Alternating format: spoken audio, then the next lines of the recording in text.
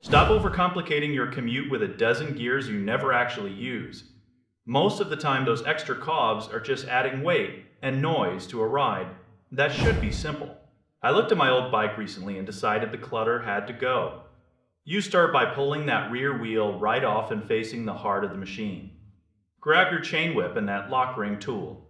There's something deeply satisfying about the way a cassette slides off the hub. It reveals the bare bones of your drivetrain. Now you face a big choice. You have to pick your single cog.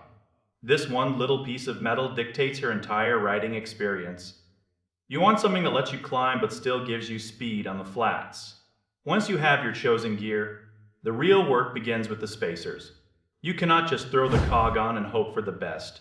It has to line up perfectly with the front chain ring.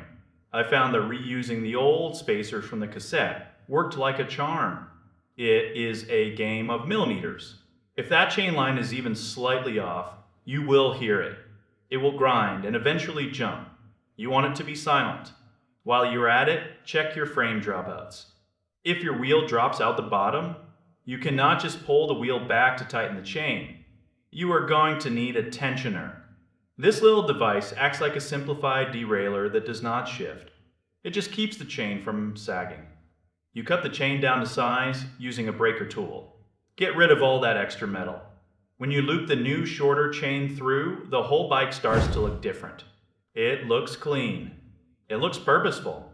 Tighten everything down and give the pedals a spin. The silence is the first thing you notice. There is no rattling over bumps.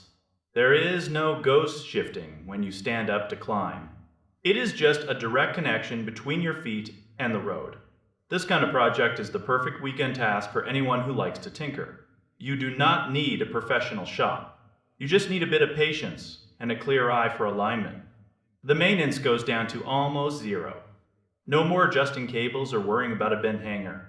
It is just you, the bike, and the path ahead. The weight loss on the bike is just a bonus. The real prize is that crisp mechanical feel that only a single speed can provide. It changes how you see the hills. You cannot just downshift. You have to commit. You have to use your momentum. It makes the ride a bit more of a workout and a lot more fun. If you have an old frame sitting in the corner of the garage, this is its second chance at life. Just remember to double check that chain tension before you head out. A tight chain is a happy chain. You will feel the difference the moment you hit the pavement. It is a mechanical reset for your brain and your bike. Every pedal stroke feels solid. There is no lag. There is no mushy shifting.